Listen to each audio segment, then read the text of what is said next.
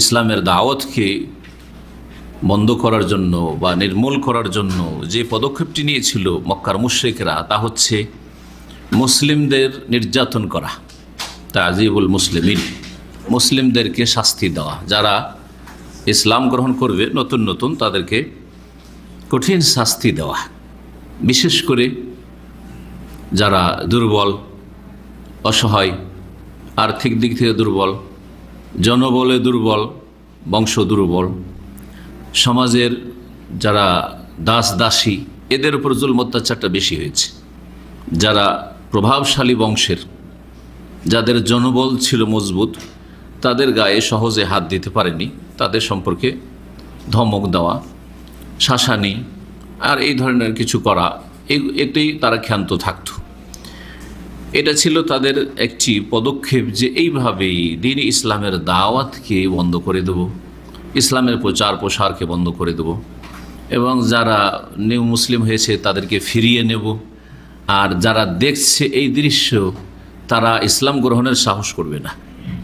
এটা যত কুফরি শক্তি রয়েছে তাদের চিরাচরিত এটি হচ্ছে তাদের বদ অভ্যাস, এবং আল্লাহর দ্বীনের সাথে এই শত্রুতার একটি বড় তাদের তরিকা।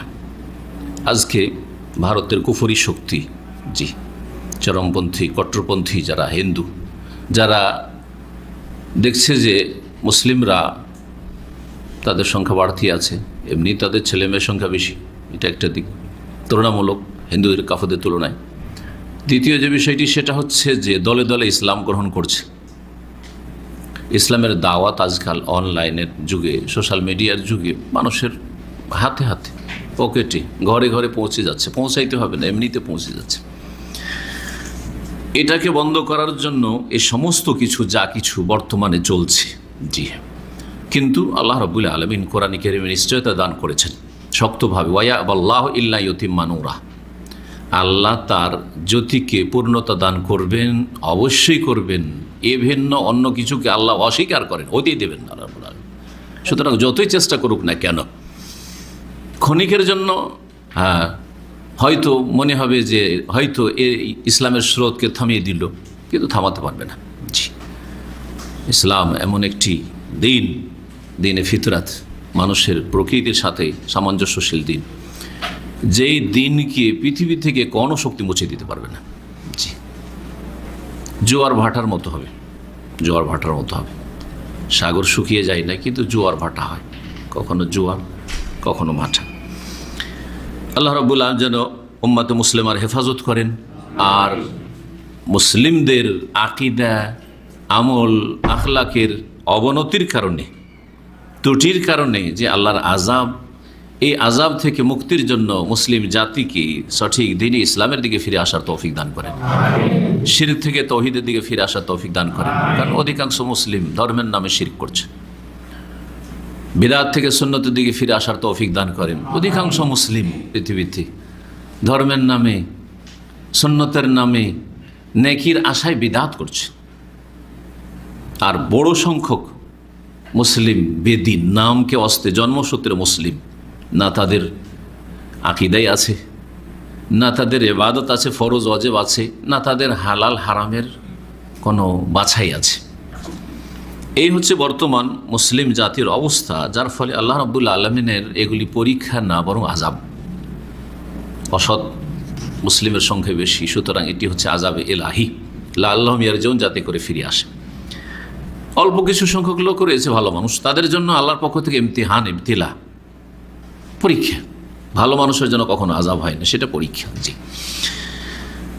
পরীক্ষায় তাদের ঈমান আরও মজবুত হয়, আল্লাহর পর তাদের আস্থা ভরসা বেড়ে যায়, এবং তারা নিজের মুহাসাবা, আত্মপর্যালোচনা করে তাদের ত্রুটিগুলো থেকে মুক্ত হওয়ার চেষ্টা করে যদি ত্রুটি থাকে, এবং তাদের নেক আমল আরও বাড়ে। বিপদ আপদের সময়, বালা মুসিবতের সময় দোয়া বাড়ে, তওবা ইস্তিগফার বাড়ে, সততা বাড়ে, পাপ সম্পর্কে সতর্ক হয় যে পাপ করব না, কারণ বালা মুসিবতে, বিপদ আপদে আছি। এগুলি হচ্ছে ভালো মানুষদের ভালো দিক বালা মুসিবতের ক্ষেত্রে।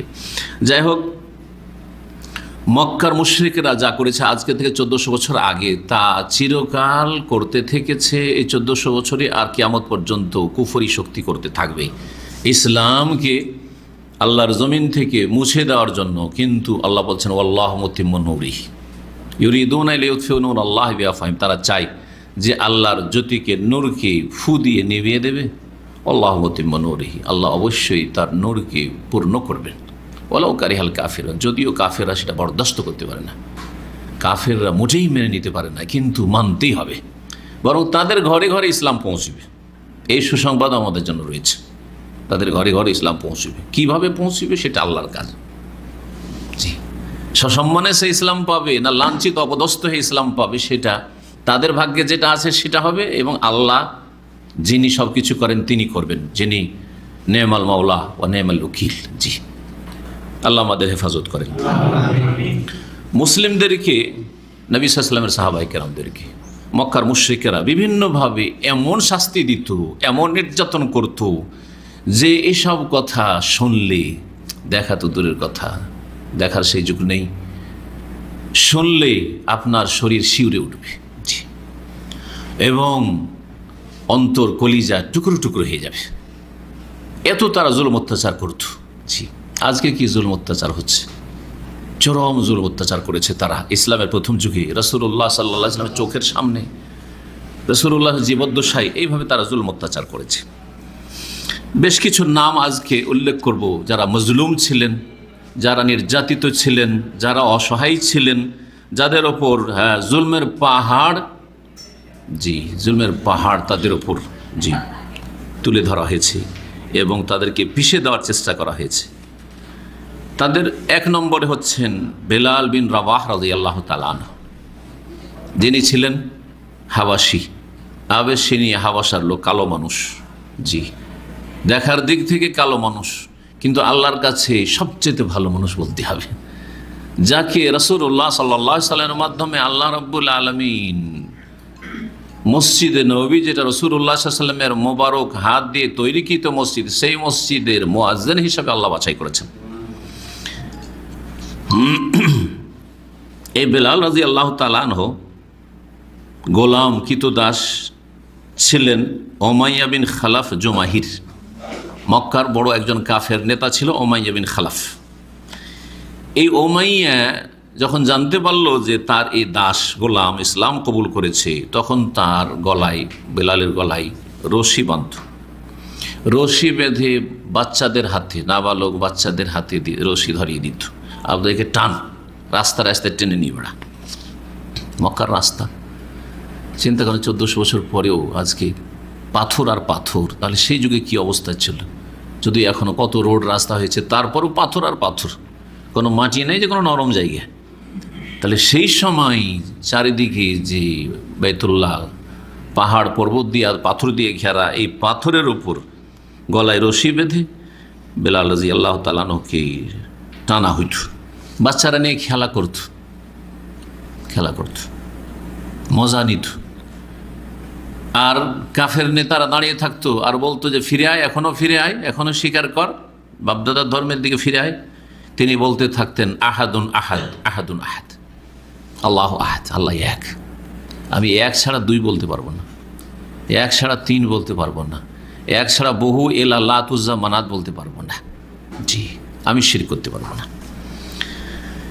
দুপুরবেলা তাকে নিয়ে বেরিয়ে যেত প্রচণ্ড রোদের সময়, এবং তাকে তার পিঠের ভরে উত্তপ্ত সেই পাথরের ওপর আর পাথরের জমিনের ওপর শুয়ে দিত, আর বুকের ওপর ভারী পাথর চাপিয়ে দিত। এইভাবে তাকে শাস্তি দিত। আর বলতো কাফেরেরা, লা তাজালু হাকাযা হাত্তা তামুতা আও তাকফুরা বিমুহাম্মাদিন সাল্লাল্লাহু আলাইহি ওয়াসাল্লাম, তোমার এইরকমই চলতে থাকবে সাজা শাস্তি, যতক্ষণ পর্যন্ত তুমি মরে না যাবে, অথবা তুমি যদি বাঁচতে চাও তাহলে মুহাম্মদ সাল্লাল্লাহু আলাইহি ওয়াসাল্লামকে অস্বীকার করবে। হয় স্বীকার করো যে আমি আপনাদের ধর্মের দিকে ফিরে আসছি যাতে ছিলাম, আর মুহাম্মদের সাথে কুফরি করছি, মুহাম্মদকে অস্বীকার করছি, আর লাত উজ্জার আমি পূজা করব, এ কথা স্বীকার করো, আর না হলে তোমার বাঁচার অধিকার নেই। আজকেও পৃথিবীতে মানবাধিকারটা ঠিক ওই রকমই হয়ে গেছে। মানবাধিকার নামে খুব বড় একটা সুন্দর একটা লেভেল আছে, চমৎকার পৃথিবীতে, কিন্তু মানবাধিকারটা কাফেরদের ক্ষেত্রে, মুসলিমদের উপর জুলুম অত্যাচার হচ্ছে, সীমাহীন জুলম অত্যাচার হচ্ছে, সেখানে মানবাধিকার কথাটি সেখানে প্রযোজ্য নয়। জি, আজকে বারবার মজলুম মুসলিমদের ক্ষেত্রে তখন আর মানবাধিকারের বিষয়টি নেই, শুধু মাঝে মধ্যে একটু শুনছেন, হ্যাঁ এইটাই করবো সেই করবো, কোনো কিছু করেছে? কিচ্ছু করেনি। আর করবেও না যতক্ষণ পর্যন্ত মুসলিমরা শক্তিশালী না হবে। হ্যাঁ, শক্তিশালী হইতে হবে। জি,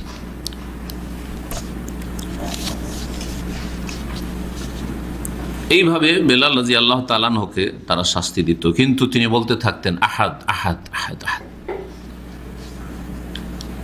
আবু বকর সিদ্দিক রাদিয়াল্লাহু তাআলা আনহু প্রথমে ইসলাম গ্রহণ করেছিলেন। তিনি একদিন রাস্তা দিয়ে যাচ্ছেন, আর রাস্তায় দেখছেন যে বেলাল রাদিয়াল্লাহু তাআলা আনহুকে এভাবে শাস্তি দেওয়া হচ্ছে।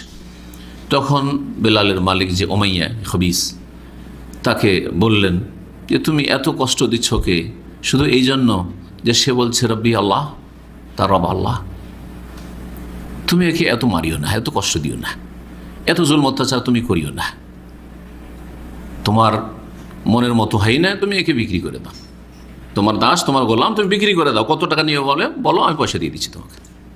সুবহানাল্লাহ, নিজে থেকে অফার করছেন যে কত পয়সা লাগবে বলো, আমি কিনে নেব। তারপরে কিনে নিয়ে তাকে স্বাধীন করে দিলেন। তুমি আজকে থেকে স্বাধীনভাবে আল্লাহর ইবাদত করো। কারণ গোলাম যে থাকে সে পরাধীন থাকে, পণ্যের মতো, তার ব্যক্তি মালিকানা থাকে না, ব্যক্তি স্বাধীনতাও থাকে না, আর তার সবটা সময় হচ্ছে মনিবের জন্য। সুতরাং স্বাধীনভাবে ইবাদত বন্দেগী করার সেই অধিকার থেকে, যে অধিকারটা স্বাধীন মানুষ রাখতে পারে, সেটা পাবে না। সেই জন্য তুমি এখন স্বাধীনভাবে দিন শিখো রাসূলুল্লাহ সাল্লাল্লাহু আলাইহি ওয়াসাল্লামের কাছে, আর আমল করে ইবাদত বন্দেগী করো। আজাদ করে দিলেন। অনেক এইরকম দাস দাসীকে আবু বকর সিদ্দিক রাদিয়াল্লাহু তাআলা আনহু তাদের জুলম অত্যাচার যখন চলছিল তাদের উপর, তখন তাদেরকে ক্রয় করে আজাদ করেছিলেন। তার একজন বেলাল। দ্বিতীয়জনের নাম বলি, তিনি হচ্ছেন আমের বিন ফুহাইরা। আমের বিন ফুহাইরা রাদিয়াল্লাহু তাআলা আনহু। তাকে এত শাস্তি দিত যে মার খেতে খেতে তিনি বেহুশ হয়ে যেতেন। তারপরে আর কোনো খোঁজ খবর থাকতো না। অনেক পরে আবার হুঁশ আসতো, আবার মারতে থাকতো, আবার বেহুশ হয়ে যেতেন। এই ছিল অবস্থা সাহাবায়ে কেরামদের যারা মজলুম ছিলেন। তৃতীয় ব্যক্তি ছিলেন আবু ফুকাইহা, যার নাম ছিল আফলাহ। আজদ গোত্রের, কেউ কেউ বলেছে এই আজদ গোত্রের লোক ছিলেন।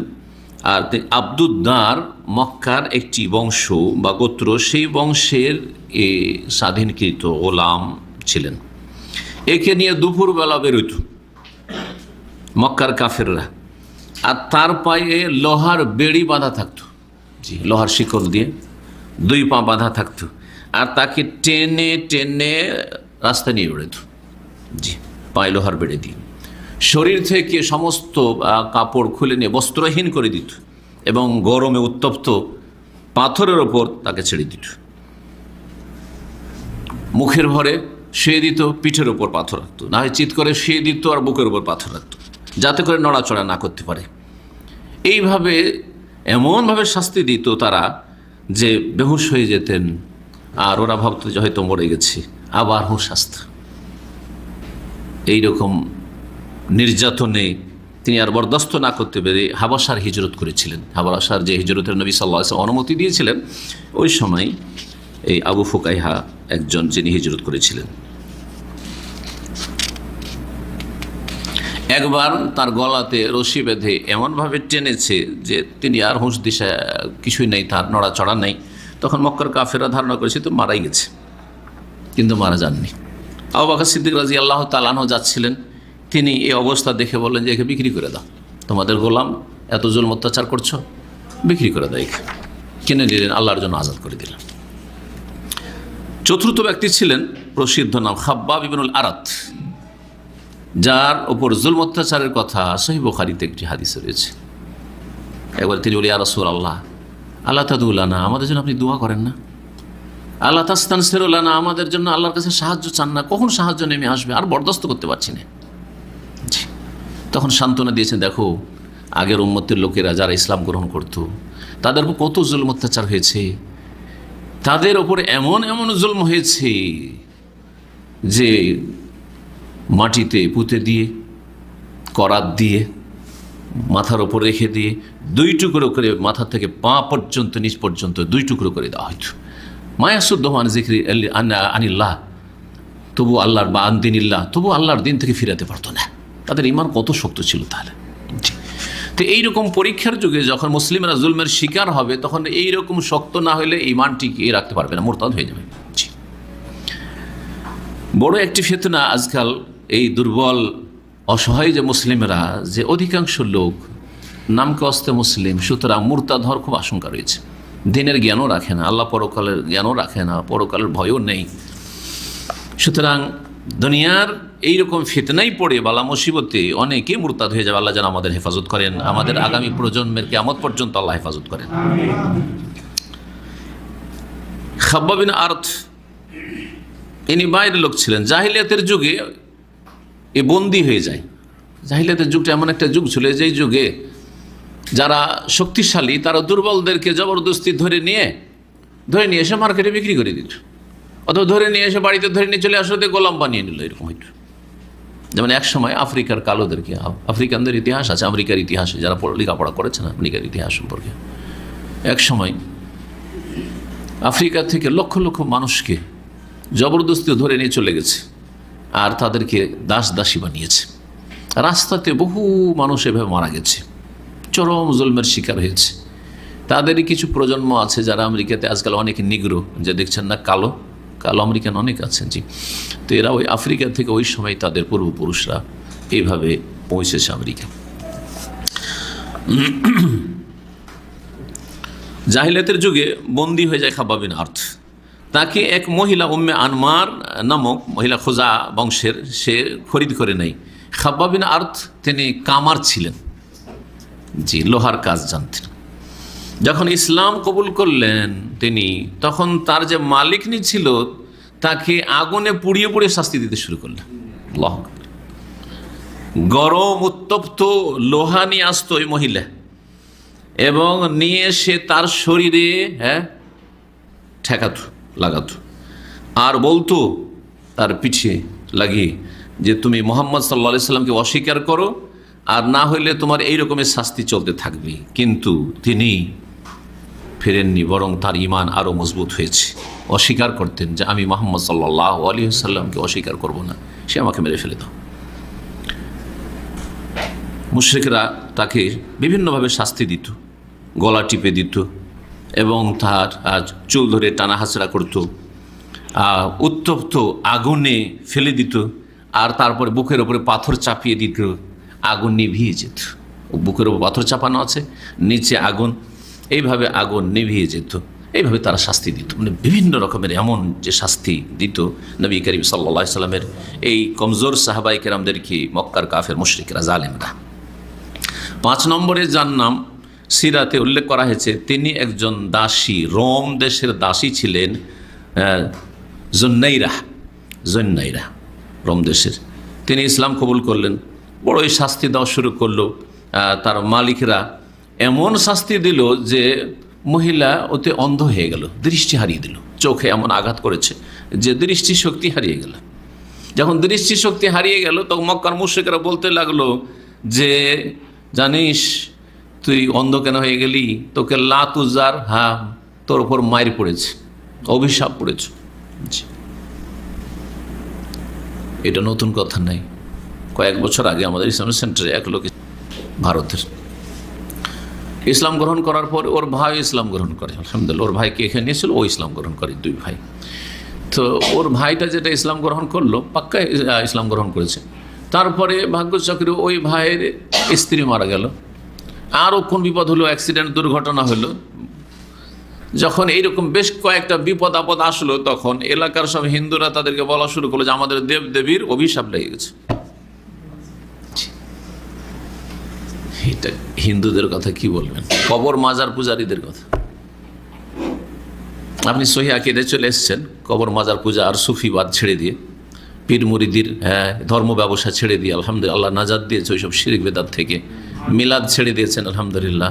আল্লাহ না করে কোনো বিপদ আপদে পড়েন তো এলাকার বেদাতিরা বলবে যে তোর ওপর কী হয়েছে, অভিশাপ লেগেছে, খাজা বাবার অভিশাপ লেগেছে। অমুক বাবার অভিশাপ লেগেছে, হ্যাঁ এসব কথা বলল। তো মুশরিকদের চরিত্র একই সারা পৃথিবীতে, কাফেরদের চরিত্র একই রকম।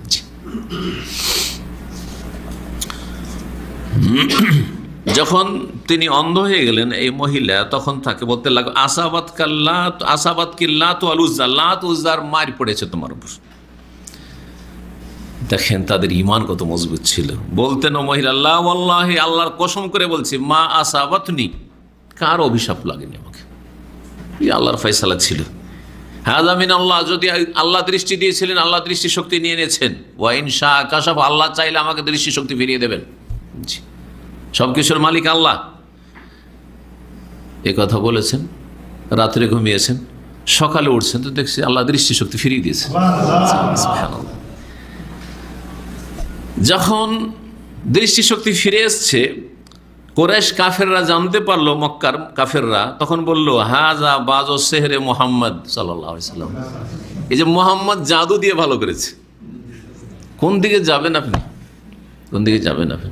জি হ্যাঁ, জি, যারা ইসলামের দুশ্মন, তৌহিদের দুশ্মন, যারা সুন্নতের দুশ্মন, তারা এইরকমই। আপনি যেই রকমই চলেন না কেন, আপনার চলন বাঁকা। যাকে দেখতে না পারি বা দেখতে নারি, এইরকমভাবে কথাটি আছে, তার চলন বাঁকা। আমি যদি ভালো চলি, তারপরেও হ্যাঁ খারাপ মন্তব্য একটা করবে, বোঝা গেছে না? জি হ্যাঁ, যদি ভালো কাপড় চোপড় পরে আর যদি একটু ফ্রেশ হয়ে থাকেন, হচ্ছে অহংকারী লোকটা, অহংকারী। আর যদি একটু হ্যাঁ পুরোনো কাপড় পরে থাকেন একটু, তারপরে যে ফকির খেতে পায় না, সব দিকে দোষ। কথা বোঝা গেছে না? জি। হাজা বাজো সেহরে মোহাম্মদ, মক্কার মুশরিকরা কাফেররা বলল যে, রে এই মহিলা চোখে দেখতে পেত না, আবার এখন দেখতে পাচ্ছে যে মোহাম্মদ ওকে জাদু দিয়ে ভালো করেছে। দেখো, এটা প্রমাণ করলো যে মোহাম্মদ জাদুকর, মোহাম্মদ জাদুকর, নবী মানতে রাজি না। জি হ্যাঁ, আল্লাহ যাদের অন্তরকে বাঁকা করেছে তাদের অবস্থা ঠিক এইরকমই। 6 নম্বরে, উম্মে ওবাইস নামক এক দাসী ছিল, ইসলাম গ্রহণ করল। বানু জোহরা গোত্রের দাসী ছিল। তার মালিকের নাম ছিল আসওয়াদ বিন আব্দে ইয়াগুস, মক্কার এক নেতা। সে রাসূলুল্লাহ সাল্লাল্লাহু আলাইহি ওয়াসাল্লামের কট্টর দুশমন ছিল। এই আসওয়াদ বিন আব্দে ইয়াগুস কট্টর দুশমন, রাসূলুল্লাহ সাল্লাল্লাহু আলাইহি ওয়াসাল্লামকে নিয়ে উপহাস করত। মক্কায় বেশ কিছু শীর্ষস্থানীয় ব্যক্তি ছিল যারা রাসূলুল্লাহ সাল্লাল্লাহু আলাইহি ওয়াসাল্লামকে নিয়ে ঠাট্টা মজাক করা, উপহাস করায় খুব মশহুর, প্রসিদ্ধ ছিল, খ্যাতি লাভ করেছিল, নাম করা ছিল তারা। যেখানে সেখানে নবীকে নিয়ে ব্যঙ্গ করা। জি জি, আল্লাহ রাব্বুল আলামিন কোরআনে কারীমে ঘোষণা করে দেয়, ইন্নাকা ফাইনাকাল মুস্তাহজিন, হে নবী, তোমাকে নিয়ে যারা উপহাস করে, ঠাট্টা মজাক করে, তাদের অনিষ্ট থেকে তোমাকে রক্ষা করার জন্য, তোমার মান সম্মান রক্ষার জন্য আমি যথেষ্ট। ইন্নাকা ফাইনাকাল মুস্তাহজিন। জি জি, ধৈর্য ধারণ করো। আল্লাহ শুধু ধৈর্য ধরতে বলেছেন, প্রথম দিকে ধৈর্য ধরতে বলেছেন। বালা মুসিবতে যখন মুসলিমরা থাকে তখন ধৈর্য ধারণ করা অত্যন্ত জরুরি। জি, সবর এবং তাকওয়া। আল্লাহ বলেছেন, ওয়াইন তাসবিরু ওয়া তাত্তাকু লা ইয়াদুররুকুম কাইদুহুম শাইআ। জুলম অত্যাচার হচ্ছে তোমাদের উপর, যদি ধৈর্য ধারণ করতে পারো এই বিপদ আপদে, দুর্দিনে, ওয়া তাত্তাকু, এবং আল্লাহ ভীরু হতে পারো, আল্লাহর ভয়ে পাপমুক্ত হওয়ার চেষ্টা করো, তোমার যাতে করে কোনো জায়গায় ছিদ্র না থাকে, যেখান দিয়ে আযাব আসার সুযোগ না পায়, এমন কোনো ছিদ্র রাখিও না। এটা হচ্ছে তাকওয়া। লা ইয়াদুররুকুম কাইদুহুম শাইআ। সবার আর তাকওয়া, এই দুটো গুণ যদি তৈরি করতে পারো, তাদের ষড়যন্ত্র তোমার কোনো ক্ষতি করতে পারবে না। কোরআন বলছে, যে কোনো পরিস্থিতিতে থাকুন না কেন, দেখবেন যে কোরআনে কারীমে আপনার সমস্যার সমাধান রয়েছে, আপনার রোগের চিকিৎসা রয়েছে, ওষুধ রয়েছে। বিপদে আছেন, ওষুধ আছে বিপদ মুক্তির, সান্ত্বনার জন্য অবশ্যই পথ হয়ে আছে কোরআনে কারীমে। এজন্য মানুষকে গভীরভাবে কোরআনে কারীম পড়তে হয়, গভীরভাবে একটু কোরআনে কারীম চর্চা করতে হয়, গভীরভাবে কোরআনে কারীমকে বোঝার চেষ্টা করুন। যেটা তাদাব্বুরে কোরআন, আল্লাহ বলে, শুধু তরজমা পড়া নয়, শুধু তফসির নয়, তফসিরের পরে তরজমা, তফসির, তারপরে গভীরভাবে আপনি চিন্তা করেন কোরআনে আয়াত নিয়ে। জি, আপনি কোরআনে কারীমে সব কিছুই পাবেন। জি, আজকে মুসলিম জাতির যে অবস্থা, এই অবস্থায় যেমন এক যুগে দোয়া করেছিলেন এক বান্দার, ইবআস লানা মালিকান নুকাতিল ফি সাবিলিল্লাহ। আল্লাহ, জি, আল্লাহর কাছে আশা তাদের ছিল, এবং সেই যুগের যিনি নবী ছিলেন তাকে বলেছে, ইবআস লানা মালিকান, আমাদের জন্য একজন নবীর ব্যবস্থা করেন, রাজার ব্যবস্থা করেন, তাই নেতৃত্ব জরুরি। মুসলিমদের সবচেয়ে বড় অভাব হচ্ছে নেতৃত্ব, মুসলিম উম্মার নেতৃত্ব দেবে। জি, সামান্য একটু জায়গার ভৌগোলিক নেতৃত্ব নয়, মুসলিম উম্মার নেতৃত্ব। জি, এমন একজন শাসক রাজা পাঠান নোকাতুল ফি সাবিল, তার নেতৃত্বে লড়াই হবে। আসল নেতৃত্ব ছাড়া জেহাদ হয় না। নেতৃত্ব ছাড়া কুফরি শক্তি কখনো মুসলিমদেরকে ভয় করবে না, কারণ ছিন্ন ভিন্ন।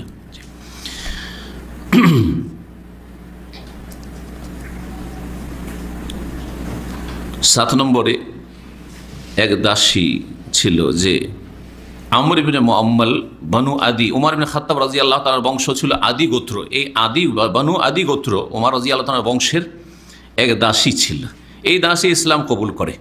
উমর রাদিয়াল্লাহু তাআলা তখন ইসলামের কট্টর শত্রু, জানা আছে আপনাদের। প্রথম যুগে উমর রাদিয়াল্লাহু তাআলা আনহু চরম শত্রু ছিলেন রাসূলুল্লাহ সাল্লাল্লাহু আলাইহি ওয়াসাল্লামের দ্বীন ইসলামের।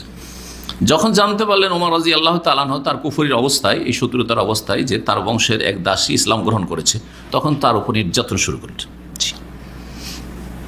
মারতে মারতে এত মারতেন ওমর রাদিয়াল্লাহু তাআলা আনহু, মারতে মারতে ক্লান্ত হয়ে যেতেন, তখন ছেড়ে দিতেন আর বলতেন যে দেখো, আমার মেরে তো মন ভরেনি এখনো, আর তোমার মায়ের এখনো শেষ হয়নি, কিন্তু আমি ক্লান্ত হয়ে গেছি, এই জন্য একটু রেস্ট নিচ্ছি, আবার শুরু করবো, থাম, আবার শুরু করবো। বলতো আল্লাহে, মক্কার মুশরিকেরা আল্লাহর কসম করতো, জি আল্লাহর নাম নিলেই জান্নাত পাওয়া যায় না, আল্লাহর কসম করতো। ওয়াল্লাত ওয়াল উজ্জা বলতো না, আল্লাহ আল্লাহর কসম, আর আল্লাহর সাথে শিরিক করতো। আল্লাহর রুবুবিয়ত মানতো, এর আগে আলোচনা করেছি যে আল্লাহকে সৃষ্টিকর্তা মানতো, রব মানতো, আল্লাহকে রিজিক দাতা মানতো, কিন্তু ওসিলা আর সুপারিশকারী আল্লাহর কাছে কাছিয়ে দেবে এই আমাদের দেবদেবীরা। তো মাজার পূজারীরা তো তাই করছে। গস কুতুবে বিশ্বাসী, যারা ওলি আউলিয়াতে বিশ্বাসী, যে ওলি আউলিয়ার অসাধারণ ক্ষমতাকে, তারা তো এটি বলে, হ্যাঁ, যে বড় বড় বুজুর্গানের দিনরা আমাদেরকে কি করবে, আল্লাহর কাছে পৌঁছে দেবে তাদের ওসিলাতে দোয়া করলে বা তাদের কাছে চাইলে। দুই দল হয়েছে, এক দল তাদের ওসিলাই দোয়া করে, আরেক দল তাদের কাছে দোয়া করে। দুটোই বেদাতি দল, দুটোই বেদাতের মধ্যে রয়েছে। আল্লাহর কাছে পৌঁছার জন্য ব্যক্তি ওসিলা না, আপনার ইমান ওসিলা, আপনার নেক আমল ওসিলা, এগুলো হচ্ছে ওসিলা। আল্লাহর নাম গুণাবলীর সাথে চাওয়া হচ্ছে ওসিলা। জি, জীবিত মানুষের কাছে দোয়া চাওয়া ওসিলা, মৃত মানুষের কাছে কি আশা রাখেন? ওমর রাদিয়াল্লাহু বলতেন যে আল্লাহর কসম করে বলছে, মা আদাউকে ইল্লা সামাতান, তোমার যে মায়ের ছেড়েছি না, ক্লান্ত হয়ে ছেড়েছি। তখন ওই দাসী বলতেন, কাযালিকা ইয়াফআলু বিকা রাব্বুকা, আল্লাহ যেন এইরকমই তোমার সাথে করে, তুমি যত জুলুম আমার করছো, আল্লাহ যেন তোমার সাথে এরকমটা করে। কিন্তু আল্লাহ কত আরহামুর রাহিমিন, যে আল্লাহ হেদায়েত নসিব করেছেন, হেদায়েত নসিব না হলে ওই রকমই আযাব হইতে থাকতো। সুবহানাল্লাহ। তো অনেক জায়গায় দেখা গেছে যে এক সময় জালেম ছিল, এক সময়ের ইসলামের শত্রু ছিল, আর এক সময় ইসলামের পরম বন্ধু। এক সময় ইসলামের বড় ক্ষতি করেছে, আর এক সময় ইসলামের তার দ্বারা বড় খেদমত হয়েছে। তার একজন ওমর রাদিয়াল্লাহু তাআলা, আর একজন খালিদ বিন ওয়ালিদ, আবু সুফিয়ান, এইরকম অনেক প্রভাবশালী লোকেরা ছিল মক্কার, যারা এক সময় বড় শত্রু ছিল ইসলামের, আর এক সময় তাদের দ্বারা ইসলামের বড় খেদমত হয়েছে। আল্লাহ ভালো জানেন যে কাকে আল্লাহ মনোনীত করবেন, সুতরাং সবসময় দোয়া করতে হবে। এখন যারা আছেন সবসময় যে আল্লাহ আপনাকে বাছাই করে রাখবেন আর জান্নাতের পথে থাকবেন জরুরি নয়, সুতরাং সবসময় আল্লাহর কাছে দোয়া করতে হবে, আল্লাহর কাছে সবসময় দোয়া করতে থাকতে হবে যে আল্লাহ এর উপর টিকিয়ে রাখো। নবী সাল্লাল্লাহু আলাইহি ওয়াসাল্লাম সবচেয়ে বেশি দোয়া করতেন, আল্লাহ মুকাল্লিবাল কুলুব সাব্বিত কলবি, আল্লাহ হৃদয়ের কলবের পরিবর্তনকারী, আবর্তন বিবর্তনকারী, সাব্বিত কলবি আলা দীনিক, আমার অন্তরটাকে, হৃদয়কে তোমার দিনের উপর প্রতিষ্ঠিত রাখো। আজকে অনেক কথা বলছেন, অনেক খেদমত করছেন ইসলামের, হতে পারে কালকে আপনি বিভ্রান্ত হয়ে গেছেন। অনেকে আছে এরকম, ইতিহাসের পাতা এরকম অনেক পাবেন আপনি, যে আজকে ইসলামের খাদেম, আজকে বড় আল্লাহওয়ালা ছিল, আর একদিন গোমরাহ হয়ে গেছে। সে ধর্মের নামে গোমরাহ হোক, যেমন শিরক বিদআতে লিপ্ত হয়ে গেছে, অথবা বেদিন হয়ে গেছে। আপনি নিরাপদ না। ইব্রাহিম আলাইহিস সালাম যখন দোয়া করছেন, অথচ নিজের হাতে মূর্তি ভাঙছেন, অজনবনী ও বানিয়া আর নাবদ আল্লাহ, আল্লাহ আমাকে আর আমার বংশধরকে মূর্তি পূজা থেকে রক্ষা করিয়ে, নিজের হাতে মূর্তি ভাঙছেন, নিজে আবার আল্লাহর কাছে দোয়া করছেন। তাহলে কত সতর্ক। আপনার আমার তো এই ক্ষমতাই হয়নি, এই সাহসী নেই, তাহলে কত দোয়া করছে আল্লাহ রব্বের কাছে, আল্লাহ যেন দিনের ওপর আমাদেরকে টিকিয়ে রাখেন। আরও বেশ কিছু এরকম দাসী ছিল যাদেরকে কঠোর শাস্তি দিত মক্কার কাফের মুশরিকরা। একজন দাসী ছিলেন নাহদিয়া, আর তার এক মেয়ে, মা আর মেয়ে, দুজনে আব্দুদ্দার বংশের দাসী ছিলেন। এদের উপর কঠোর শাস্তি চলত। এই ছিল 8 নম্বরে। আবু বকর সিদ্দিক রাদিয়াল্লাহু তাআলা এসব দাসীগুলোকে, দাসকেও কিনেছেন, দাসীও কিনেছেন। ওয়া আতাকাহুন্না কামা আতাকা বেলালান ওয়া আমির ইবনে ফুহাইরা ওয়া ফুকাইহা, এবং এই দাসীগুলিকে স্বাধীন করে দিয়েছে, যাও তোমরা স্বাধীনভাবে তোমরা আয় উপার্জন করো বা খাওয়া দাওয়া চলাফেরা করো, ইবাদতবন্দি আল্লাহর করো, দিন শিখো, আমল করো। যেমন বেলালকে খরিদ করেছেন, আমির বিন ফুহাইরাকে খরিদ করেছেন, আবু ফুকাইহাকে ওই রকমই। যখন এইরকম অসহায়, দুর্বল, সমাজের যারা একবারে নিম্ন শ্রেণীর মানুষ, তাদেরকে নিজের পয়সা দিয়ে খরিদ করে করে আজাদ করা, স্বাধীন করা শুরু করলেন আবু বকর সিদ্দিক রাদিয়াল্লাহু তাআলা আনহু। তো আবু বকরের বাপ আবু কুহাফা, বৃদ্ধ মুরব্বী মানুষ, জানতে পারলেন যে আমার ছেলে অনেক টাকা পয়সা খরচ করছে এসব দাস দাসী কিনে আজাদ করার জন্য, কিন্তু এরা সমাজের নিম্ন শ্রেণীর মানুষ। তখন ছেলেকে পরামর্শ দিচ্ছেন, তখন ইসলাম গ্রহণ করেননি, প্রথম দিকে ইসলাম গ্রহণ করেননি। আবু কুহাফা বলছেন, আরাকা তুতে করে কাবান জিয়াফান, কি বাবা তুমি ঠিক আছে দাস দাসী স্বাধীন করছো, ভালো কাজ করছো, এটা ভালো কাজ, কিন্তু তুমি এই দুর্বল অসহায় সমাজের যারা যারা একবার নিম্ন শ্রেণীর মানুষ, এদেরকে আজাদ করছো, কি লাভ আছে তোমার? দুনিয়ার কোনো বেনিফিট আছে? কিছু পাইবে? এরা তোমার পাশে দাঁড়াইতে পারবে? হ্যাঁ, তোমার সুখে দুঃখে কাজে আসবে? আজকাল এইভাবে না চিন্তা করে মানুষ। আজকাল অধিকাংশ মানুষ কিন্তু চিন্তা করে যে একে আমি ধার দেবো, আগামীতে বেনিফিটটা কি, হ্যাঁ এর এই আমি উপকারটা করবো, এর কাছ থেকে কি পাওয়ার আশা আছে? যদি আশা থাকে তাহলে ঠিক আছে, আশা নেই, নেই। দুনিয়ার খাতির সম্পর্ক অধিকাংশ লোক এই চিন্তা চেতনা। মক্কার একজন কাফের মুরব্বী আবু কুহাফার, যদিও শেষ জীবনে ইসলাম গ্রহণ করেছিল, ছেলেকে পরামর্শ দিয়েছে যে বাবা তুমি আজাদ করছো গোলাম দাসী, কিন্তু এসব দুর্বলগুলোকে তোমার লাভ কি? ফালাউ আতাকতা রিজালান জালদান লামানাউক, যদি তুমি এইরকম যারা শক্তিশালী, জোয়ান হয়ে আছে, যৌবনে আছে, গায়ে শক্তি আছে, এইরকম দাসীগুলোকে বা দাসগুলিকে আজাদ করতে, তাহলে এরা তোমার পাশে দাঁড়াইতো। বিপদ আপদে কোনো দুশমনি করছে, তোমার উপরে কেউ জুলুম অত্যাচার করতে আসে, তখন পাশে এসে দাঁড়াইতো, তোমার পক্ষ থেকে তারা ডিফেন্স করতো। আবু বকর সিদ্দিক রাদিয়াল্লাহু তাআলা তার বাপকে বলতেন, ইন্নী উরিদু ওয়াজহাল্লাহ, বাবা দুনিয়ার লাভের জন্য আমি এদেরকে কিনে কিনে আজাদ করি না, বরং আল্লাহর সন্তুষ্টির জন্য আমি আজাদ করছি, আল্লাহকে রাজি করার জন্য। জি, এই মর্মেই সূরা আল-লাইলের আয়াত নম্বর 14 থেকে 21 পর্যন্ত, শেষ পর্যন্ত আয়াত নাজিল হয়। এই আয়াতগুলি শোনাই। আল্লাহ বলছেন, ফাআনযারতুকুম নারান তালাযা, উত্তপ্ত আগুন থেকে তোমাদেরকে আমি সতর্ক করছি। লা ইয়াসলাহা ইল্লাল আশকা, যেই জাহান্নামের আগুনে যে অধিক হতভাগা, সে ছাড়া আর কেউ প্রবেশ করবে না। যারা সর্বাধিক হতভাগা বদনসিব তারাই প্রবেশ করবে। আল্লাযী কাযযাবা ওয়া তাওয়াল্লা, আর কে হচ্ছে হতভাগা? যেই ব্যক্তি মিথ্যা মনে করলো আল্লাহকে, আল্লাহর দিনকে, আল্লাহর রাসূলকে, আল্লাহর কিতাবকে, ওয়া তাওয়াল্লা এবং মুখ ফিরিয়ে নিল নবী সাল্লাল্লাহু আলাইহি ওয়াসাল্লামের দাওয়াত থেকে, সে হচ্ছে হতভাগা। তাহলে দিন ইসলাম থেকে যে মুখ ফিরিয়ে নিল সে হচ্ছে হতভাগা। এখানে ইঙ্গিত করা হয়েছে মক্কার কাফের উমাইয়া ইবনে খালাফের দিকে, যে ওই বেলালের মালিক, হ্যাঁ, এ হচ্ছে আশকা, বদনসিব, হতভাগা। মক্কার নেতা ছেলে, তুমি যদি ইসলাম গ্রহণ করতে তাহলে তোমার এই নেতৃত্ব থেকে যেত, তুমি একজন সম্মানিত সম্ভ্রান্ত ব্যক্তি হয়ে থাকতে, কিন্তু আল্লাহ তোমাকে হতভাগা করেছে দুনিয়া আখিরাতে, যে তুমি রাসূলুল্লাহ সাল্লাল্লাহু আলাইহি ওয়াসাল্লামের দাওয়াতকে তুমি প্রত্যাখ্যান করলে। আর এইরকমই যেসব নেতৃস্থানীয় ব্যক্তি ছিল তারা হচ্ছে হতভাগা। এদিকে ইঙ্গিত করা হয়েছে লা ইয়াসলাহু ইল্লাল আশকা আল্লাযী কাযযাবা ওয়া তাওয়াল্লা। তারপরে আল্লাহ কি বলছেন, ওয়াসায়ুজান্নাবুহাল আতকা, আর এই জ্বলন্ত জাহান্নামের আগুন থেকে দূরে রাখা হবে অতি আল্লাহ ভীরুকে। যে সর্বাধিক পরহেজগার তাকে আতকা, শেখা, যিনি আল্লাহকে অধিক ভয় করেন তাকে জাহান্নাম থেকে দূরে রাখা হবে। কে তিনি? উদ্দেশ্য আবু বকর সিদ্দিক রাদিয়াল্লাহু তাআলা। এই আয়াতগুলি আবু বকর সিদ্দিক রাদিয়াল্লাহু তাআলা আনহু সম্পর্কে নাযিল হয়েছে। তাফসীরে বলা হয়েছে শানে নজুলে, আল্লাযী ইউতি মালাহু ইয়াতাযাক্কা, যিনি নিজের ধন সম্পদ ব্যয় করেন, খরচ করেন, দাস দাসী কিনে স্বাধীন করায় বা সাদকা দান খায়রাত করায়। ইয়াতাযাক্কা কিসের জন্য? আত্মার পরিশুদ্ধির জন্য। দান খায়রাত করলে মনটা পাক পবিত্র হয়। খুব সহজ ভাষা, মন বড় হয়। দান করে দেখবেন মন বড় হবে। আর যে যত বেশি কৃপণ তার মনটা আরো ছোট হয়, একদম চেপে ধরে মনে হচ্ছে। দান করলে মানসিক শান্তি হয়। কারণ মনটা যখন আপনার কি থাকবে, ফ্রি থাকবে, ফুর্তি থাকবে, তখন মানসিক শান্তি হবে। যত দিতে পারবেন আপনি, যত দান খায়রাত করতে পারবেন, তত মানসিক শান্তি হবে। আজকাল বর্তমান যুগেও বলা হচ্ছে, কারণ এই যুগটা হচ্ছে হার্ট অ্যাটাকের যুগ, ব্রেন স্ট্রোকের যুগ, এই রোগগুলির যুগ। হ্যাঁ, বোঝা গেছে না? সেই জন্য বলা হচ্ছে যে মানসিক রোগের কারণে এগুলি হয়, মানসিক চাপ, যে প্রেশারের জন্য।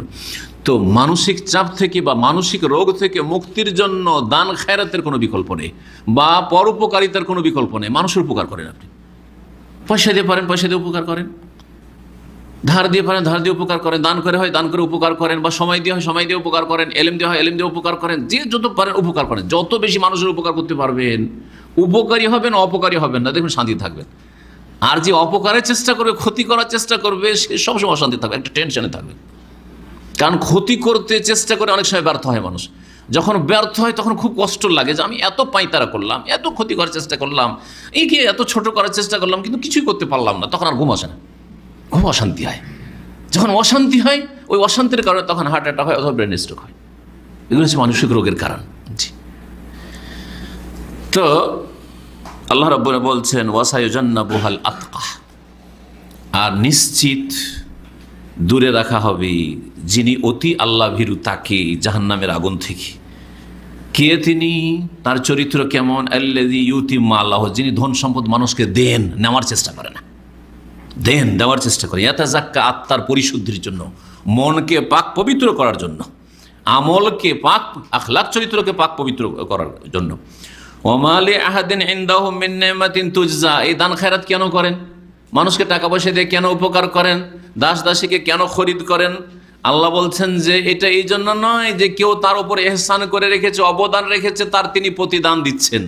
কারণ আমরা অনেক সময় করি কি, আরে এই লোকটা এক সময় আমার খুব অভাব ছিল, তখন কিন্তু আমার অনেক হেল্প করেছে, আল্লাহ আমাকে অনেক পয়সা দিয়েছেন, ওর এখন প্রয়োজন হয়েছে, সুতরাং আমি দিই। এটা তো সবাই করে, মুসলিম অমুসলিম, সৎ অসৎ সবাই করে, ঠিক না? যে আমি ওর কাছে ভালোই পেয়েছি, সুতরাং ভালোই করি, এটা সবাই করে। আবু বকর সিদ্দিক রাদিয়াল্লাহু তাআলা এমনটা ছিলেন না। ওমা লি আহাদিন ইনদাহু মিন নি'মা, তার ওপর কারো অবদান বা অনুগ্রহ ছিল না। তুজজা, যে যার বদলা দেওয়া উদ্দেশ্য, প্রতিদান দেওয়া উদ্দেশ্য, যা উপকারকে উপকার করে রেখেছে বেলাল আর আমের আর আবু ফুকায়া আর অমুক আর ওই দাসীগুলো, সেই জন্য তাদেরকে স্বাধীন করছে না, এমনটা নয়। তাহলে কি জন্য এইসব নেক কাজ করছেন? কি জন্য তিনি দান খেরাত করছেন? কি জন্য দাস দাসী খরিদ করে তিনি স্বাধীন করে দিচ্ছেন? ইল্লা ইবতিগা ওয়াজহি রাব্বিহিল আলা, একমাত্র তার মহান প্রতিপালকের সন্তুষ্টি তলাশ করার জন্য। ইবতিগা ওয়াজহি রাব্বিহিল আলা, ওয়াজহুন আল্লাহর চেহারা, তো আল্লাহর চেহারা আছে বলেই চেহারা বলে আল্লাহর সন্তুষ্টিকে উদ্দেশ্য করা হয়েছে। কিন্তু আল্লাহর চেহারা নেই আর চেহারা বলা হয়েছে, পৃথিবীতে এমন একটা কিছু নেই যেটাকে কিছু বলা হয়েছে, সেটা একমাত্র ঘোড়ার ডিম। বুঝেন না? পৃথিবীতে আমাদের বাংলা ভাষায় ঘোড়ার ডিমটা এমন একটা ডিম, যে ডিম পৃথিবীতে কোথাও নেই, কোনো দেশে পাবেন না, কোথাও পাবেন না, হয়ও না, কিন্তু বলা হয় ঘোড়ার ডিম, তাই না? তো আল্লাহর কি এইসব ঘোড়ার ডিম মনে করেন বিদাতিরা, আশআরি মাতুরিদিরা, যে আল্লাহর চেহারা নাই, চেহারা মানে সত্তা, আল্লাহর হাত নাই, কুদরতি হাত, আল্লাহর পা নেই, আল্লাহর চোখ নেই। আপনার চোখ আল্লাহ দিয়েছেন, কিন্তু আল্লাহর চোখ নেই, চোখ মানে রক্ষণাবেক্ষণ। তাহলে আপনি সবকে ঘোড়ার ডিম বানিয়ে দিলেন আপনি। বুঝতে পারছেন না? না, মোটেই না। আছে বলে বলা আছে, ওয়ায়াবকা ওয়াজহু রাব্বিকা, আল্লাহর চেহারা বলে আল্লাহর সত্তাকে উদ্দেশ্য করা হয়, কিন্তু চেহারা আছে। জি, বালিয়াদাহ মাবসুতাতানে, বরং আল্লাহর দুই হাত দ্বিবচনও বলা হয়েছে, উন্মুক্ত, প্রশস্ত, খোলা, উদার। তাবারাকাল্লাযী বিয়াদিহিল মুলকু, আছে না নেই? তারপরে ওইসব নেই, এগুলো বড়ই গুমরাহি কিন্তু। আর এগুলো জনসাধারণ গুমরাহি নয়, এক শ্রেণীর ভালো ভালো আলেমদের গুমরাহি, সহি আকীদা না পাওয়ার কারণে। জি, সুতরাং আপনাকে অতি ভক্তি দেখাইলে হবে না, কোরআন এবং হাদিসের আলোকে ভক্তি হইতে হবে, দলিলের আলোকে, দলিল ভিত্তিক ভক্তি হইতে হবে। দলিলের সাথে আছে, ওকে ঠিক আছে, না হলে আমার সবচেয়ে বড় ভক্তি হচ্ছে দলিলের সাথে, আল্লাহর সাথে, আল্লাহ রসুলের সাথে, আল্লাহর কথার সাথে, কালামুল্লাহর সাথে, কালাম রসুলের সাথে। কাল আল্লাহ, কাল রসুল, আল্লাহ কি বলেছে, রসুল কি বলেছে, এর সাথে সবচেয়ে বেশি ভক্তি। আর এর উপর ভিত্তি করে মানুষের সাথে ভক্তি। যার আল্লাহ এবং রসুলের সাথে সম্পর্ক নেই, কোরআন এবং হাদিসের দলিলের সাথে সম্পর্ক নেই, তার সাথে আমার সম্পর্ক নেই। ওমা লিআহাদিন ইনদাহু মিন নি'মাতিন তুজজা, কেউ তার উপর অনুগ্রহ অবদান করে রাখেনি যে তার বদলা তিনি দিচ্ছেন, ইল্লা ইবতিগা ওয়াজহি রাব্বিহিল আ'লা, উদ্দেশ্য একমাত্র হচ্ছে মহান তার প্রতিপালকের সন্তুষ্টি তলাশ করা। ওয়ালা সাওফা ইয়ারদা, আল্লাহ নিশ্চয়তা দান করছেন আর নিশ্চয়ই শীঘ্রই আল্লাহ আবু বকরের উপর রাজি হয়ে যাবেন। ওয়ালা সাওফা, অবশ্যই আল্লাহ রাজি হয়ে যাবেন। যে আল্লাহকে রাজি করার চেষ্টা করেছে তার উপর আল্লাহ অবশ্যই রাজি হয়ে যাবেন। জি, যাদের সম্পর্কে আল্লাহ বলেছেন রাদিয়াল্লাহু আনহুম ওয়া রাদু আনহু, কোরআন কারীমে এই যে সার্টিফিকেট দিয়েছেন, তাদের এক নম্বরে হচ্ছেন আবু বকর সিদ্দিক রাদিয়াল্লাহু তাআলা আনহু, জি, খাদিজা রাদিয়াল্লাহু তাআলা আনহা, আলী রাদিয়াল্লাহু তাআলা, এর এক নম্বরে, দুই নম্বরে, তিন নম্বরে। জি, বলছেন তাই লেখক ওহ আবু বকর সিদ্দিক, এই আয়াত আবু বকর সিদ্দিক রাদিয়াল্লাহু তাআলা আনহু সম্পর্কে নাযিল হয়েছে, যিনি এইসব দাস দাসীদেরকে দুনিয়ার কোনো স্বার্থ ছিল না, নিঃস্বার্থভাবে আল্লাহ সন্তুষ্টির জন্য, পরকালে মুক্তির জন্য এবং দ্বীন ইসলামের খেদমতের উদ্দেশ্যে তাদেরকে কেনে কেনে আজাদ করেছিলেন। আল্লাহ যেন তাদের উপর রাজি হয়ে যান। 9 নম্বরে যার নাম এসেছে তিনি হচ্ছেন আম্মার। বাপের নাম কি ছিল? ইয়াসির। জি, আম্মারও মজলুম, নির্যাতিত। তার পিতা ইয়াসির, তিনিও নির্যাতিত। আম্মারের মা ইয়াসিরের স্ত্রী সুমাইয়া রাদিয়াল্লাহু তাআলা তিনিও নির্যাতিত। একই পরিবারের, স্বামী স্ত্রী ছেলে, এই 3 মা বেটা। জি, রাদিয়াল্লাহু আনহুম আজমাইন। এরা মখজুম গোত্রের মিত্র ছিল, বাইরের লোক, তাদের সাথে মিত্র। বাইরের লোক যখন আরব দেশে নিয়ম ছিল, প্রাচীন যুগে ছিল গোত্রীয় শাসন, গ্রামাঞ্চলে এরকমই আছে। আপনি যদি কোনো গ্রামে নিজের বংশধর ছেড়ে একা যদি কোথাও বসবাসের জন্য যান আর আপনার বংশের একজনও লোক নেই, তো ওখানে বাস করার জন্য, শান্তিতে বসবাসের জন্য কিছু খাতির জমাইতে হয়, নাহলে আপনাকে টিকতে দেবে না। এইটা আমাদের দেশের গ্রামীণ পলিটিক্স। কথা বোঝা গেছে না? সুতরাং ওখানে বিবাহ শাদীর মাধ্যমে আত্মীয়তা করা অথবা আর কিছুর মাধ্যমে একটু সম্পর্ককে মজবুত করা, যাতে এখানে আমাকে টিকতে দেয়, না হয় পায়ের তলে মাটি থাকবে না। তো আরবদের মধ্যে ছিল গোত্রীয় শাসন, রাষ্ট্রীয় কোনো শাসন ছিল না। সুতরাং রাষ্ট্রীয় যে কোনো আইনের আওতাতে কারো বিচার হবে, শাস্তি হবে, কিছুই নেই। জোর যার মুলুক তার, যে বংশের গায়ে জোর আছে ওই বংশেরই সব কিছু, দুর্বলদেরকে খেয়ে ফেলতো। এখন মাত্র ধরেন একটা ফ্যামিলি, এই আম্মারের মাংস, আম্মার বিন ইয়াসির, এরা এসে মক্কায় বসেছে, কেমন করে বাস করবে? তখন তারা করতো কি, প্রাচীন যুগে নিয়ম ছিল, কোনো একটা বংশের সাথে মিত্রতার চুক্তি স্থাপিত করত, চুক্তি সম্পাদিত করত, যে আমরা আপনাদেরকে মিত্র হিসাবে চাই, আর আপনারা আমাদের মিত্র, আর আমরা আপনাদের মিত্র। এই যে হেল্ফ, যেটাকে বলা হয় হেল্ফের সম্পর্ক, মিত্রতা সম্পর্ক। আজকাল কূটনৈতিক ক্ষেত্রে এটা আছে, তাই না? মিত্র দেশ বলা হচ্ছে না, মিত্র দেশ বলা হচ্ছে। সে মিত্র বাহ্যিক হয়তো মিত্র, ভিতরে ভিতরে টানাপোড়া আছে। যেটা বলা হয় যে শীতল যুদ্ধ। শীতল যুদ্ধ বুঝেন কেউ এখানকার মধ্যে? কে কে বুঝেন দেখি শীতল যুদ্ধ? হাত উঠছে না কেন আপনাদের? এগুলো সব পলিটিক্যাল টার্ম। বুঝি কিন্তু বুঝাইতে পারবো না। শীতল যুদ্ধ মানে কোল্ড ওয়ার। কোল্ড ওয়ার ইংলিশে চলে, তর্জমা করে, তর্জমা চাই না তো আমি। বাংলা শীতল যুদ্ধ। কিসের শীতল যুদ্ধ? টেনশন। এই যে আপনি আমি একই জায়গায় চাকরি করছি, একই সাথে মাশাআল্লাহ একই টেবিলে খাওয়া দাওয়া একসাথে করে এলাম, কিন্তু দুইজনে টানাপোড়া, ভিতর ভিতর টানাপোড়া চলছে। তোকে পারলে আমি কোণঠাসা করবো, আর তুই আমি কোণঠাসা করবো। এই যে ভিতর ভিতর চলছে, আর বাইরে ঠিকই খাতির, খাওয়া দাওয়া সব কিছু আছে। এর নাম হচ্ছে শীতল যুদ্ধ, ঠান্ডা যুদ্ধ। গরম গরম কোনো যুদ্ধ নেই, ঝগড়া নেই, তর্ক নেই, মারামারি নেই, গাল দেওয়া দায়ী নেই, কিচ্ছু, কথা কাটাকাটি নেই, কিচ্ছু নেই, সব ঠিক আছে। এর নাম হচ্ছে শীতল যুদ্ধ, সহজ ভাষায়। বুঝতে পারছেন না? এটা কখন শিখেছিলাম? যখন সোভিয়েত ইউনিয়ন ছিল, তখন সোভিয়েত ইউনিয়ন টুকরো টুকরো হয়নি, কথা বোঝে?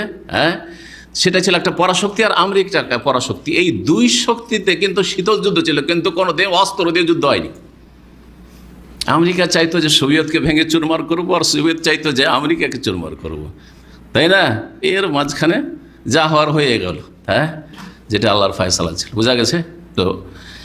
শীতল যুদ্ধ, আল্লাহ আমাদেরকে হেফাজত করেন শীতল যুদ্ধ থেকে। আপনার কোম্পানি তো এরকম আছে, একই সাথে কলিগ কাজ করছেন, হয়তো কাজ করছেন, কিন্তু ও আপনার ক্ষতি করার চেষ্টা করছে, আপনিও দেখছেন যে এ আমার ক্ষতির চেষ্টা করছে, আমি তার ক্ষতি করব, না হইলে টিকা যাবে না। এর নাম শীতল যুদ্ধ, কিন্তু বাহ্যিক কিছু বলছেন না।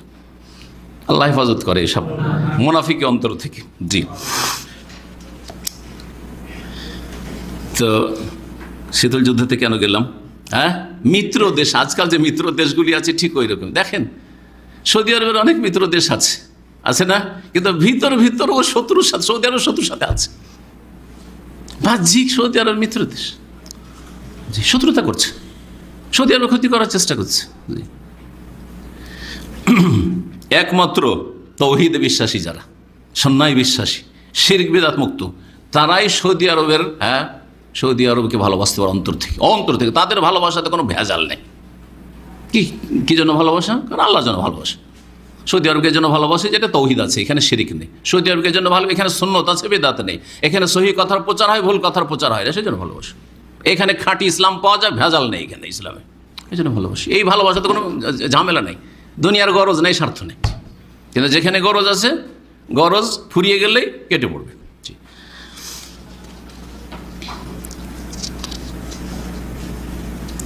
বনু মখজুম, এই মখজুম গোত্রের মিত্র ছিলেন আম্মার বিন ইয়াসের, আর তার পিতা, এই পরিবারটি।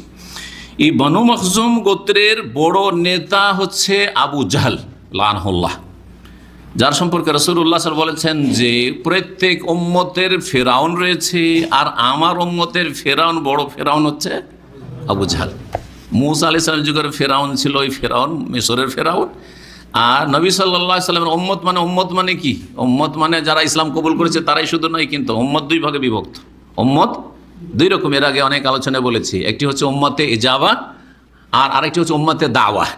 উম্মতে ইজাবা মানে এমন উম্মত যেই উম্মত দাওয়াতে সাড়া দিয়েছে, ইসলামের দাওয়াতে সাড়া দিয়েছে, মানে যারা ইসলাম গ্রহণ করেছে, মুসলিম, এরা হচ্ছে উম্মতে ইজাবা। আমরা হচ্ছে উম্মতে ইজাবা, নবী সাল্লাল্লাহু আলাইহি ওয়াসাল্লামের দাওয়াত আমরা কবুল করেছি, যেইভাবে হোক না কেন। কেউ নিউ মুসলিমে কবুল করেছে, কেউ জন্মসূত্রে পেয়েছে, আর ওটার হেফাজত করেছে, এটা হচ্ছে উম্মতে ইজাবা। আরেকটি উম্মত হচ্ছে উম্মতে দাওয়া, মানে এমন উম্মত, এমন জাতি যাদের কাছে নবী সাল্লাল্লাহু আলাইহি ওয়াসাল্লামের দাওয়াত নিয়ে নবীকে পাঠানো হয়েছে, যাদের উদ্দেশ্যে নবীকে পাঠানো হয়েছে। তো রাসূলুল্লাহ সাল্লাল্লাহু আলাইহি ওয়াসাল্লামকে 1400 বছর আগে সারা বিশ্বের সমস্ত মানুষের জন্য পাঠানো হয়েছে নবী করে। সে মানুক আর নাই মানুক, যদি মানলো তাহলে উম্মতে ইজাবা, ডাকে সাড়া দিল, আর মানলো না দাওয়াতের ক্ষেত্র। উম্মতে দাওয়া মানে নবীর দাওয়াতের ক্ষেত্র, কিন্তু এই ক্ষেত্রে ফসল জন্মায়নি, উর্বর শক্তি নেই, সুতরাং ইসলাম কবুল করেনি তারা। উম্মতে দাওয়া আবু বকর, উমর, উসমান, আলী, যারা মুমিনিন সাহাবায়ে কেরাম, তারা হচ্ছে উম্মতে ইজাবা। আর আবু জাহাল, আবু লাহাব, আবু তালেব, উতবা, শাইবা, রাবিয়া, মক্কার কাফের নেতারা, উমাইয়া, এরা হচ্ছে উম্মতে দাওয়াত। নবী সাল্লাল্লাহু আলাইহি ওয়াসাল্লামকে দাওয়াত দেওয়ার জন্য পাঠানো হয়েছে, তাদেরকে দাওয়াত দিয়েছেন, কিন্তু দাওয়াত কবুল করেনি হতভাগারা। তো আমার উম্মতের ফেরাউন, আবু জাহল, এই অর্থ উম্মত, যে নবী সাল্লাল্লাহু আলাইহি ওয়াসাল্লামকে যেমন উমরের জন্য পাঠানো হয়েছে, আবু বকরের জন্য পাঠানো হয়েছে, তেমনি আবু জাহালকে হেদায়েত করার জন্য পাঠানো হয়েছে। এই জন্য ত্রুটি করেননি, ইসলামের দাওয়াত সকলের কাছে পৌঁছিয়েছেন। এই আবু জাহলের নেতৃত্বে এই মখজুম গোত্রের লোকেরা যখন জানতে পারলো যে আম্মার, ইয়াসের, এই পরিবার, সুমাইয়া, এরা ইসলাম কবুল করেছে, তখন এদেরকে নিয়ে মক্কায় আবতাহ এলাকা, যেটা সমতল এলাকা রয়েছে, সেই এলাকা বেরোতো, আর সেখানে গরম পাথরের উপর তাদেরকে শুয়ে দিত এবং তাদের উপর শাস্তি নির্যাতন চালাত। রাসূলুল্লাহ সাল্লাল্লাহু আলাইহি ওয়াসাল্লাম সেখান দিকে অতিক্রম করতেন, দেখতেন চোখে, কিন্তু কিছু করতে পারতেন না, কিছু করার ক্ষমতা নেই। জি, সুতরাং অনেকে যে আবেগী, আজকাল আবেগী হলে হবে না। এত জুলম অত্যাচার হচ্ছে মুসলিমদের উপর, আর আলেমরা নীরবতার ভূমিকা পালন করছে। আলেমদের কি হয়ে গেছে, কথা বলে না। আরে কথা বলে করবেটা কি? কথা বলে উপকার না করে দিতে হবে না, শুধু একটা করে স্ট্যাটাস ঝেড়ে দিতে পারলে কাজ হয়ে গেল না। ফেসবুকের জেহাদিগুলো, বোঝা গেছে, সোশ্যাল মিডিয়ার জেহাদ। সোশ্যাল মিডিয়ার জেহাদে কোনো ফায়দা নেই, কাজ কিছু করে দেখেন। 10টা লোক যদি তৈরি করে দেন, যে এমনভাবে 10টা লোক তৈরি করে দিতে পেরেছি যে এই লোকগুলিকে আল্লাহ যদি সুযোগে দেয় কোনো সময় বের হওয়ার আল্লাহ রাস্তায়, তাহলে সে হয় গাজী হবে আর না হয় শহীদ হবে, প্রস্তুত আছে। এইটা হলো কাজের কাজ। এইরকম কাজ করেন, কিছু কিছু লোক তৈরি করেন যারা আল্লাহকে ছাড়া কাউকে ভয় করবে না, এবং যারা মরণকে ভয় করবে না, যারা শহীদ হওয়ার জন্য পিপাসিত, আগ্রহী, এইরকম কিছু লোক তৈরি করে দেন। পারলে এগুলো করেন, কিন্তু শুধু বড় বড় লম্বা লম্বা লেকচার দেবেন, যে কোনো পরিস্থিতি হোক, যে কোনো নতুন কিছু সমস্যা হোক না কেন, একটা কিছু মন্তব্য করতে হবে, একটা লেকচার ঝাড়তে হবে। না দেখেন না, এত বড় সমস্যা চলছে, কিছুই বলছেন আলেম সমাজ। এইসব কথা কোনো কাজে আসবে না, কাজের কাজ করুন। রাসূলুল্লাহ সাল্লাল্লাহু আলাইহি ওয়াসাল্লাম ওই সময় লেকচার ছেড়েছেন, কিছুই বলেননি। আবু জাহাল তোমার পর আল্লাহ লানত হোক কথা বলেছেন, বললে ইসলাম থাকতো, নবী সাল্লাল্লাহু আলাইহি ওয়াসাল্লাম থাকতেন। যদিও আল্লাহ ইচ্ছা করলে ঈসা আলাইহিস সালাম তো আকাশ উঠিয়ে নিতেন, সেটা আলাদা কথা। কিন্তু কথা হচ্ছে সাধারণভাবে আমাদেরকে ধরতে নর্মালি সাধারণ, জি, যে দুশ্মন এত শক্তিশালী আর আপনি তার সামনে একেবারে দুর্বল, তাহলে এই পরিস্থিতিতে কি না হইতে পারে রিয়াকশন, জি, এটা বুঝতে হবে নাকি। তো রাসূলুল্লাহ সাল্লাল্লাহু আলাইহি ওয়াসাল্লাম কিছুই বলতেন না, এমনকি এই কথা বলার সাহস নাই যে আর এত জুলুম করিও না, একদিন আল্লাহ ধরবেন, এইটাও বলার সাহস নেই। বরং নিজের লোকদেরকে সান্ত্বনা দিচ্ছেন, কাফেরদেরকে একটা কথা বলার কোনো ক্ষমতা নেই, কত দুর্বল সেই সময় ইসলাম এবং মুসলিমরা। রাসূলুল্লাহ সাল্লাল্লাহু আলাইহি ওয়াসাল্লাম ও সাবরান আলে ইয়াসির, হে ইয়াসিরের পরিবার ধৈর্য ধারণ করো, ধৈর্য, এটা হচ্ছে প্রথম নসিহত, এটা হচ্ছে শেষ নসিহত।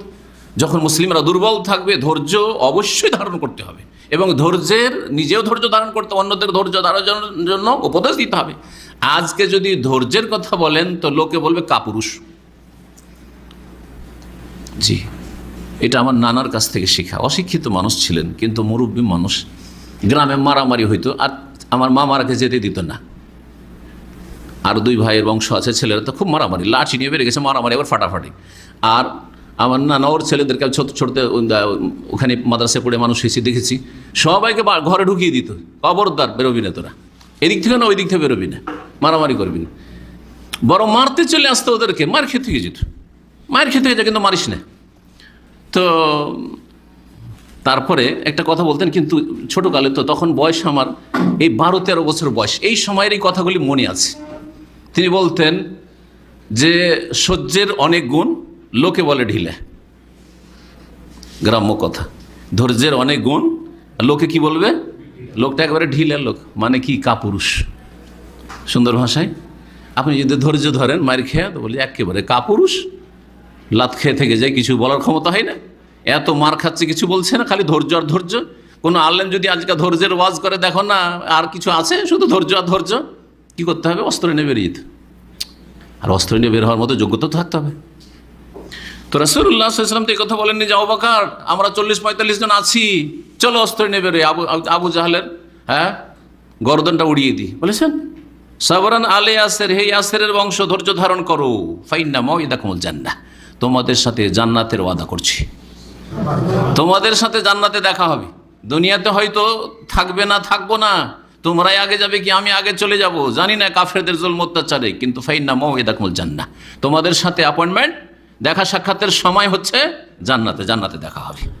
তারপরে দোয়া করতে, আল্লাহ মাগফির আলে ইয়াসির, আল্লাহ ইয়াসিরের পরিবারকে তুমি মাফ করে দাও।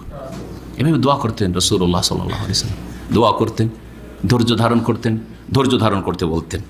কিন্তু ধৈর্যের সাথে সাথে যদি প্রতিশোধের ক্ষমতা থাকে আর প্রতিশোধ নিয়ে ইসলাম আর মুসলিমের উপকার হয়, তখন প্রতিশোধ নিতে হবে, সবসময় ধৈর্য নাই। আমি ধৈর্য ধারণের কথাটি আজকে একটু বেশি বললাম, তার মানে এই কথা ভাববেন না যে সবসময় শুধু ধৈর্য ধরবেন। ইসলাম এমন ধৈর্য ধরতে বলেনি যেই ধৈর্য যে ডান গালে যদি কেউ চড় মারে তো বাম গালে গিয়ে দাও, না না না, ওইটা না। যদি ক্ষমতা থাকে তাহলে তারও গালে চড় মারো, জীবনে যেন আর কোনো চড় মারার সুযোগ সাহস না করে, কিন্তু ক্ষমতা নেই, ধৈর্য ধারণ করো। জি, লাভ হবে না ক্ষতি হবে, তখন ধৈর্য ধারণ করো। জি, এইভাবে জুলম অত্যাচার চলতো আম্মারের ওপর। তার পিতা ইয়াসির, জি, ইয়াসির বিন আমের বিন মালিক আল আনাসি, জি, আনাস গোত্রের, এই নির্যাতনেই তিনি শহীদ হয়েছিলেন। স্বামী স্ত্রী দুজনে শহীদ। ইয়াসির রাদিয়াল্লাহু তাআলা মক্কার কাফেরদের হাতে শহীদ হয়েছিলেন।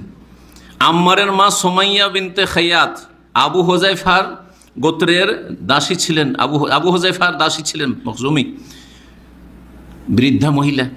যখন ইসলাম কবুল করলেন, আবু জাহাল শুনতে পেল, তখন আবু জাহাল বর্ষা নিয়ে আসলো। বর্ষা বুঝেন তো না? জি, লাঠি থাকে, তার অগ্রভাগে লোহার একটা ধারালো লোহা থাকে, জি, বর্ষা। বর্ষা নিয়ে এসে এই আবু জাহাল লানাহুল্লাহ ও সুমাইয়া রাদিয়াল্লাহু তাআলা আনহা লজ্জা স্থানে আঘাত করেছিল, যে আঘাতে তিনি শহীদ হন। ওয়াহি আউয়ালু শাহীদাতিন ফিল ইসলাম, ইসলামের ইতিহাসে সর্বপ্রথম শহীদ হয়েছেন এই সুমাইয়া রাদিয়াল্লাহু তাআলা আনহা। আর তারপরে তার স্বামী ইয়াসির রাদিয়াল্লাহু তাআলা আনহু আজমাইন শহীদ হয়েছে। এখানে আজকের আলোচনা শেষ করছি, আর বাকি আলোচনা ইনশাআল্লাহ তাআলা আগামী সপ্তাহে পুরো করব। আল্লাহ যেন আমাদেরকে ধৈর্য ধারণের তৌফিক দান করেন, বালা মুসিবতে আল্লাহ যেন হেফাজত করেন, বালা মুসিবত আমাদের যেন দূর করে দেন। মুসলিমদের জন্য আল্লাহ রাব্বুল আলামিন যেন মূসা আলাইহিস সালামের মতো মানুষের ব্যক্তিত্বের ব্যবস্থা করেন, যাতে করে ফিরআউনকে নির্মূল করা, ফিরআউনকে ধ্বংস করা সম্ভব হয়। আল্লাহ যেন আমাদের হেফাজত করেন, আল্লাহ আমাদের বালা মুসিবত দূর করেন, আল্লাহ মুসলিম উম্মতের উপর রহম করেন, মুসলিম উম্মাহকে ফিরে আসার যেন তৌফিক দান করেন, দিনকে আঁকড়ে ধরার তৌফিক দান করেন, তাওহীদ সুন্নাতের অনুসারী হওয়ার তৌফিক দান করেন, শিরক বিদআত মুক্ত খাঁটি মুসলিম হওয়ার যেন তৌফিক দান করেন।